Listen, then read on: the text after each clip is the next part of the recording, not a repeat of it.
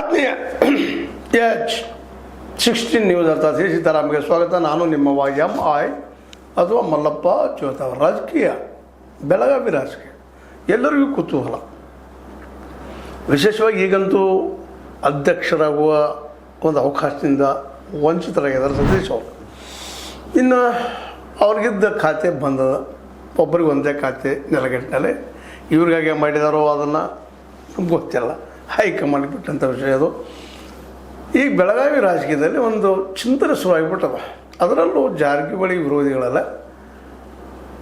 DKC CM ಆದಿದ್ದು ಹಾಲು ಕುಡಿದಷ್ಟು ಸಂತೋಷ ಆಗ್ಯದ. ಇದು ನಾ ಹೇಳ್ತಾ ಇಲ್ಲ, ಅವ್ರು ಜನ ಮಾತಾಡ್ತಾ ಇರುವಂಥ ಮಾತು.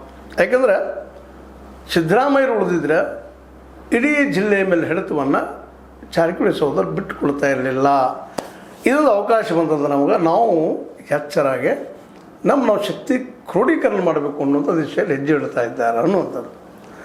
ಆದರೆ ಆರಂಭದಲ್ಲಿನ ಕೇವಲ ಬೆಳಗಾವಿಯಿಂದ ಒಬ್ಬರನ್ನ ಮಾತು ತೆಗೆದುಕೊಂಡು ಉಳಿದನ್ನು ತೆಗೆದುಕೊಳ್ಳಲಿಲ್ಲ ಅನ್ನೋ ಅಸಮಾಧಾನ ಸಹಿತ ಈ ಜಾರಕಿಹೊಳಿ ಸಹೋದರರ ವಿರೋಧಿಗಳಲ್ಲಿ ಇದೆ.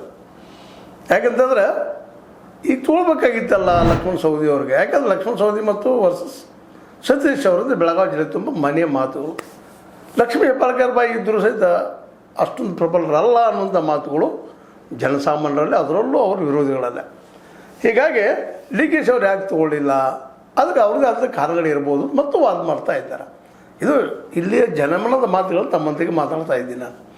ಯಾಕಂದರೆ ಅದರಲ್ಲೂ ವಿರೋಧಿಗಳು ಏನು ಅವ್ರ ತಲೆಯಲ್ಲಿ ಉಳುತ್ತಿರೋದು ಏನಪ್ಪ ಅನ್ನೋದನ್ನು ಮಾತಾಡ್ತಾ ಇದ್ದಾರೆ. ವಿಶೇಷವಾಗಿ ಈಗಾಗಲೇ ಕೊಡಬೇಕಾಗಿತ್ತು ಲಕ್ಷ್ಮಣ ಸವದಿ ಅವ್ರಿಗೆ, ಮತ್ತು ಅವರು ಸಹಿತ ಸ್ವತಃ